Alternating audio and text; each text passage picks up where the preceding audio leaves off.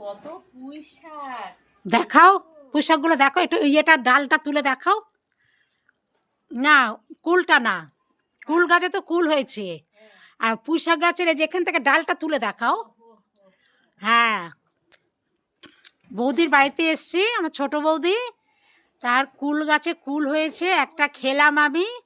আর দেখো পুঁই শাক গাছে ডিমুলি হয়েছে, তা বৌদি পেরে আমার নিয়ে যাব, ওই জন্য বৌদি গাছে উঠেছে, চালে উঠে আমাকে ডিমুলি ওই যে পেরে দিচ্ছে।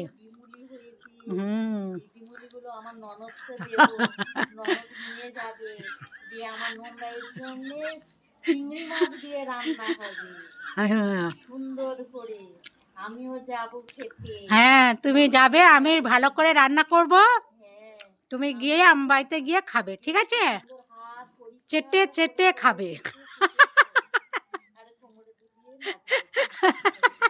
হ্যাঁ, আমার বৌদি খুব কমিক, রসিক করে।